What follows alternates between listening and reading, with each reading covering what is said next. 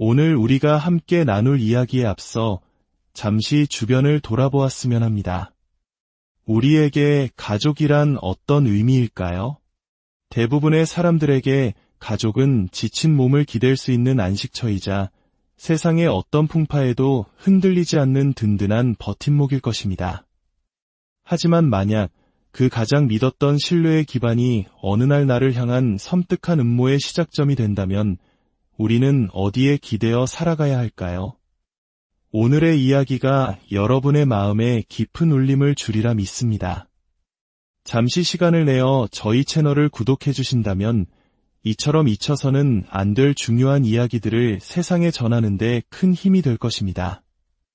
여러분의 가정에 늘 평안과 진실한 사랑이 가득하기를 기원하며 이제 이영자 어머님의 이야기를 시작하겠습니다. 제 이름은 이영자, 70을 간 넘긴 노인입니다. 남편을 먼저 하늘로 보낸 지도 어느덧 10년이 훌쩍 넘었습니다.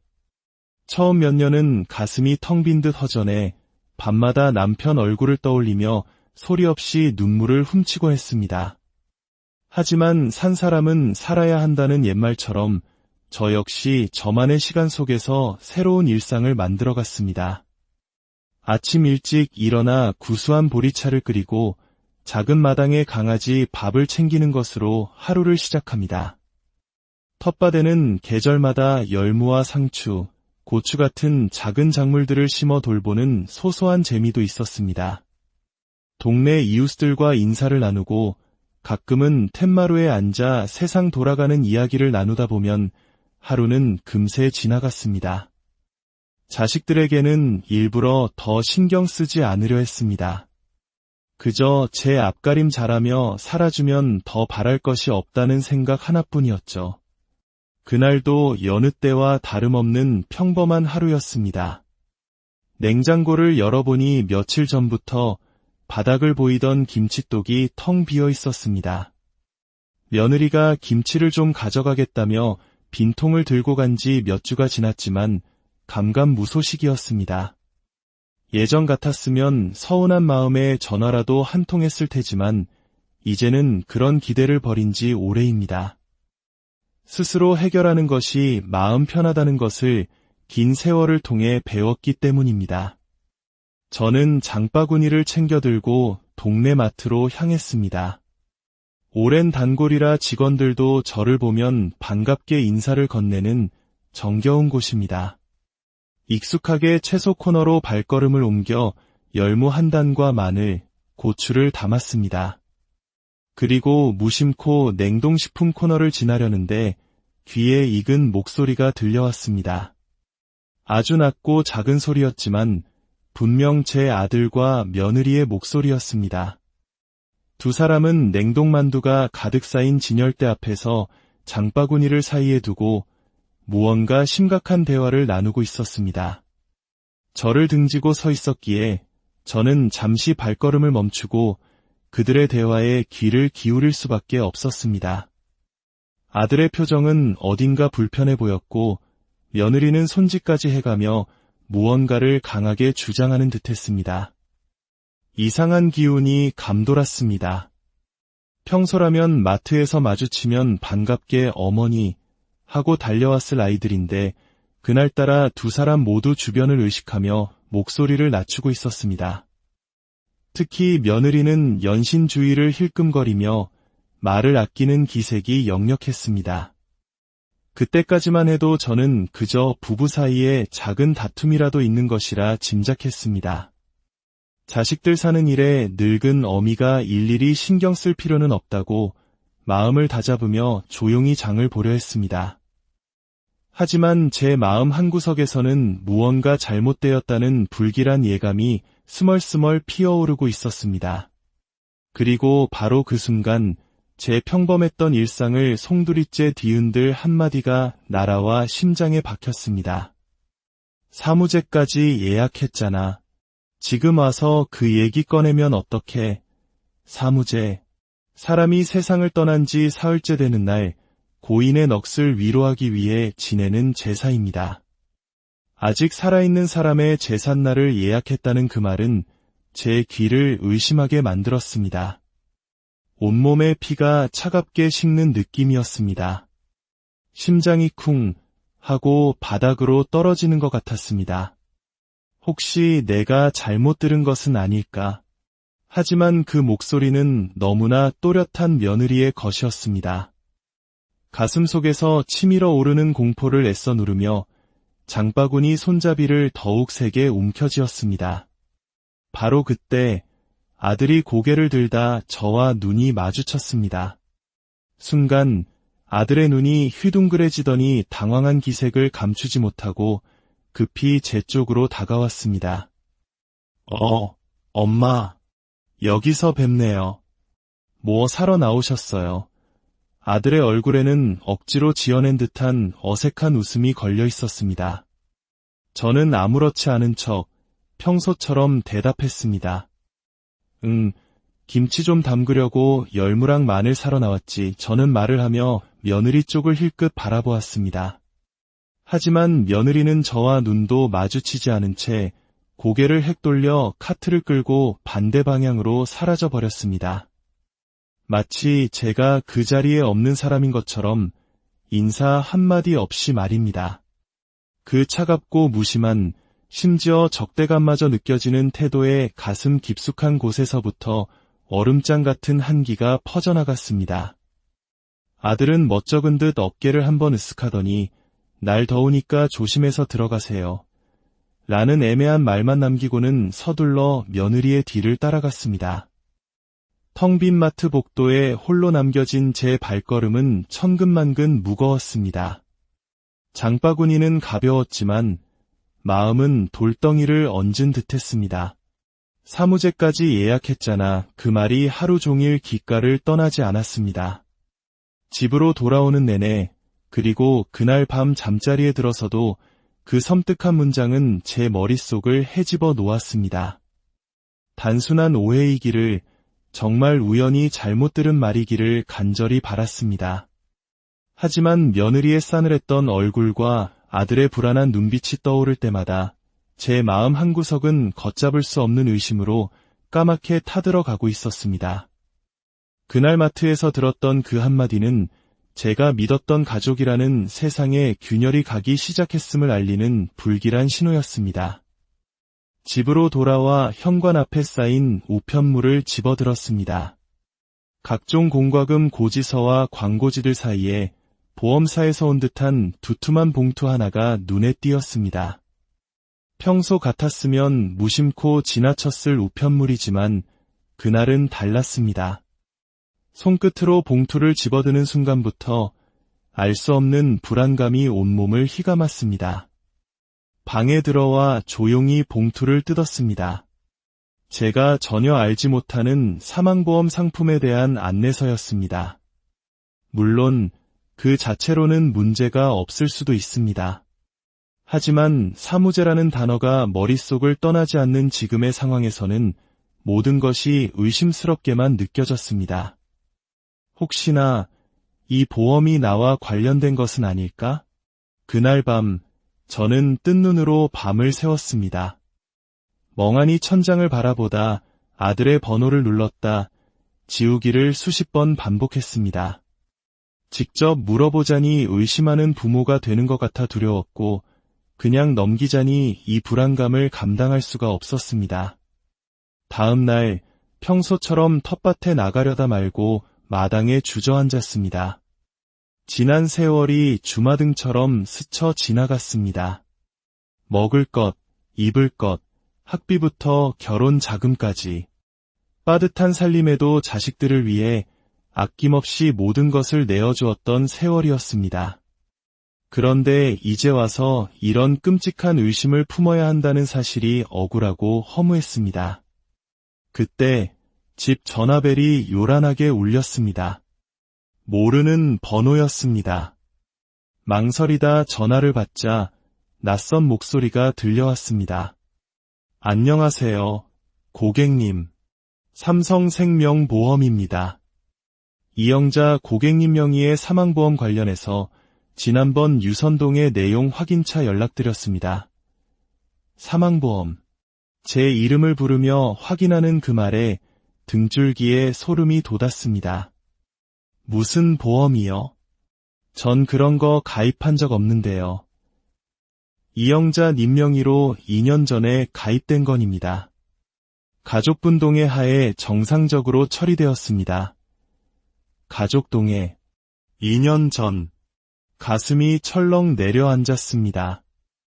저는 그런 보험에 동의한 적이 단 한 번도 없었습니다.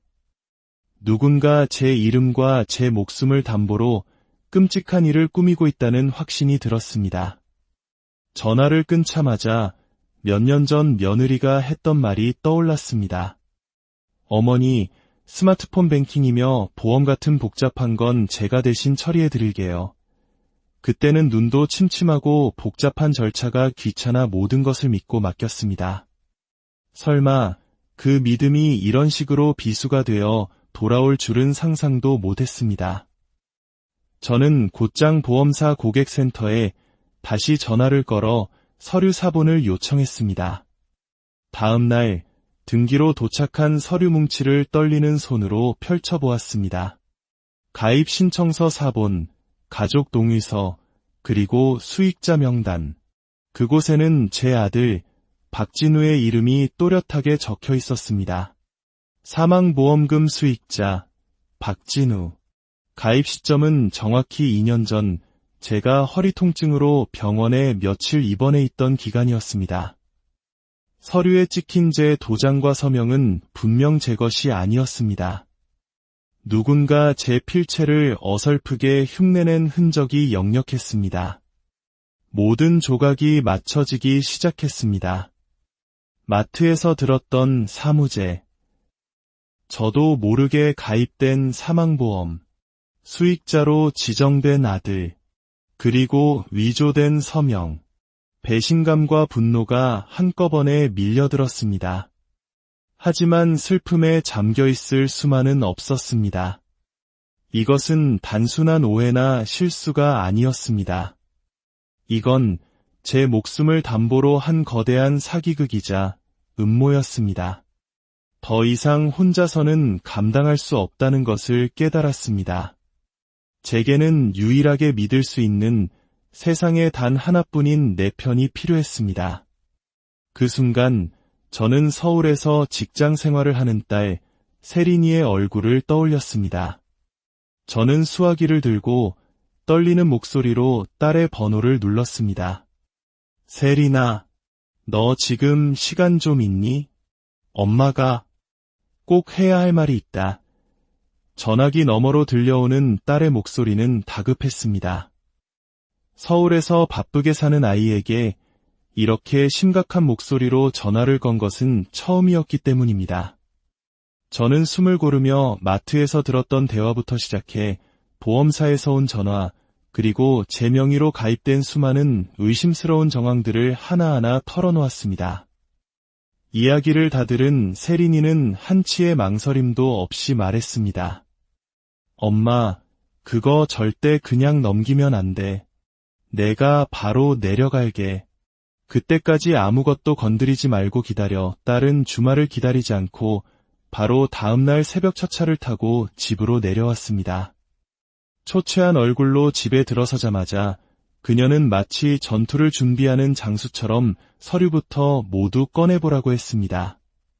장롱 깊숙한 곳에 보관해 두었던 통장들과 우편물, 낡은 서류 뭉치들을 꺼내자 세린이는 회계사처럼 빠른 손놀림으로 서류를 분류하고 스마트폰으로 사진을 찍어 증거를 확보하기 시작했습니다. 엄마, 이건 삼성생명이고, 이건 한화생명, 신한생명, 세상에 흥국생명까지 엄마 이름으로 된 사망보험이 5건이 넘어 보험금만 합쳐도 10억이 넘어 10억. 그 숫자가 주는 충격보다 그 돈이 제 죽음과 맞바꿔 계산되었다는 사실이 저를 더 깊은 절망에 빠뜨렸습니다. 수익자는 전부 오빠 이름으로 되어 있어. 단 하나도 빠짐없이 딸의 말을 듣는 순간 머릿속이 하얘졌습니다. 저는 소파에 주저앉아 아무 말도 할 수 없었습니다. 세린이는 제 옆에 앉아 차갑게 식은 제 손을 꼭 잡았습니다. 엄마, 이건 단순한 실수가 아니야.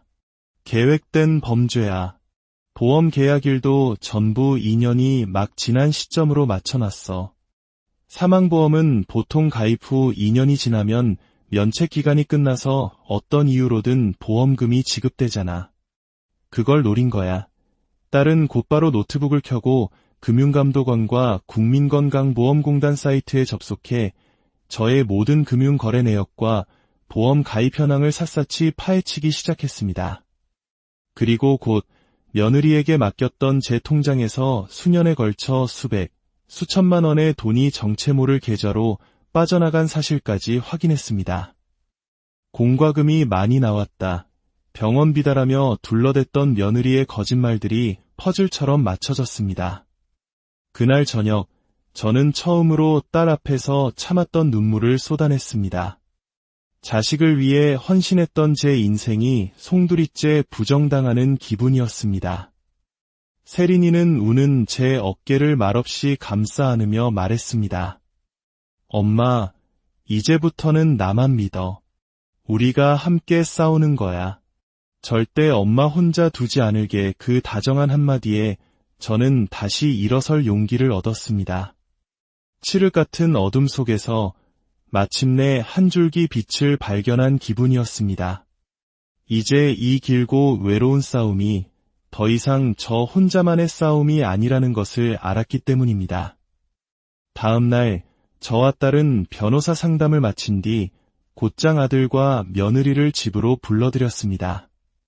식탁 위에는 어떤 음식도 차 한 잔도 없었습니다. 오직 딸이 밤새 정리한 보험 계약서 사본과 통장 거래 내역만이 차갑게 놓여 있을 뿐이었습니다. 이거 전부 내 이름으로 된 거 맞지? 제 목소리는 떨렸지만 눈빛은 단호했습니다. 아들은 제 눈을 피했고 며느리는 입술을 굳게 다문 채 고개만 숙이고 있었습니다. 엄마, 그게 세상이 험하니까 혹시 모를 일에 대비해야 하잖아요. 아들의 변명에 저는 실소를 금할 수 없었습니다. 대비? 그래서 내 어미 목숨값으로 10억짜리 보험을 들어놓고 제삿날까지 예약해둔 게 대비냐? 옆에 있던 딸이 나섰습니다. 중요한 건 이 모든 게 엄마 몰래 진행됐다는 거야. 명백한 사문서 위조고 사기야. 가족이라는 이름으로 어떻게 이런 짓을 할 수가 있어. 그 순간 저는 이 일이 단순한 돈 문제가 아님을 다시 한번 깨달았습니다. 이것은 가족이라는 이름 뒤에 숨어 가장 약한 고리인 저를 향해 칼날을 겨눈 잔인한 범죄였습니다. 세린아, 내일 바로 경찰서 가자. 제 결심에 딸은 말없이 고개를 끄덕였습니다. 경찰 조사는 생각보다 신속하게 진행되었습니다. 저희가 제출한 자료를 검토한 담당 형사는 사안의 심각성을 인지하고 즉시 보험사에 수사협조 공문을 발송했습니다. 그리고 며칠 뒤 충격적인 사실이 추가로 밝혀졌습니다. 며느리가 비타민이라며 매일 챙겨주던 약에서 처방 없이는 유통될 수 없는 강력한 수면 유도제 성분이 검출된 것입니다. 장기 복용 시 인지장애나 심하면 호흡 저하까지 유발할 수 있는 위험한 약물이었습니다. 이건 단순한 사기 미수가 아니라 살인 미수 혐의까지 적용될 수 있는 사안입니다. 형사의 말에 저는 다리에 힘이 풀려 주저앉고 말았습니다. 그들은 제 돈뿐만 아니라 제 생명까지 노리고 있었던 것입니다. 경찰의 압박 수사가 계속되자 아들과 며느리는 서로에게 책임을 떠넘기기 시작했습니다. 아들은 자신은 아무것도 몰랐으며 모든 것은 아내가 꾸민 일이라고 주장했고 며느리는 울면서 모든 것은 남편이 시켜서 한 일이라고 자백했습니다. 그들의 추악한 진실 공방 속에서 제가 알던 아들과 며느리의 모습은 어디에도 없었습니다. 결국 사건은 검찰로 송치되었고 재판이 열렸습니다. 법정에 선 아들과 며느리는 초라한 모습이었습니다. 모든 증거와 정황은 그들의 범죄를 명백히 가리키고 있었습니다. 판사는 준엄한 목소리로 판결을 내렸습니다. 피고인 정다혜는 계획적이고 악의적인 범죄 사실이 인정되어 징역 3년의 실형을 선고한다. 피고인 박진우는 범행에 가담한 사실은 인정되나 주도적인 역할을 하지 않은 점을 참작하여 징역 1년 6개월의 집행유예 2년, 그리고 피해자에 대한 접근금지 명령을 선고한다. 며느리는 그 자리에 주저앉아 오열했고 아들은 굳은 얼굴로 고개를 숙였습니다. 재판이 끝나고 법정을 나오는 길, 딸이 제 팔짱을 꼭 끼며 말했습니다. 엄마, 이제 다 끝났어. 우리만 잘 살면 돼. 그날의 하늘은 유난히 맑고 푸르렀습니다. 재판이 끝난 후 제 삶에는 작은 변화들이 찾아왔습니다. 딸은 저를 위해 조용한 시골 마을에 작은 전원주택을 마련했습니다. 낡고 아픈 기억이 가득한 옛집을 떠나 마당에 작은 텃밭이 있는 새로운 보금자리로 이사했습니다. 새로운 곳에서 저는 마을 텃밭 가꾸기 모임에 나갔습니다. 처음에는 저를 수군거리는 시선도 있었지만 곧 마을 사람들은 제 아픔을 이해하고 따뜻하게 저를 맞아주었습니다. 함께 흙을 만지고 땀 흘리며 작물을 키우는 시간 속에서 제 마음의 상처도 조금씩 아물어갔습니다. 딸은 제게 새로운 스마트폰을 사주며 은행 업무 보는 법을 차근차근 알려주었습니다. 나는 못한다며 외면했던 세상과 다시 마주할 용기를 얻었습니다. 이제 저는 누구의 도움도 없이 제 돈을 관리하고 제 삶을 스스로 꾸려나갈 수 있게 되었습니다. 어느 날 저녁, 텃밭에서 직접 키운 상추로 저녁을 차려 딸과 마주 앉았습니다. 딸이 저를 보며 말했습니다. 엄마, 이제 우리 진짜 가족 같다. 어떤 거짓도 부담도 없이 그 말에 눈시울이 붉어졌습니다. 피를 나눴다는 사실만으로 가족이 되는 것은 아니었습니다.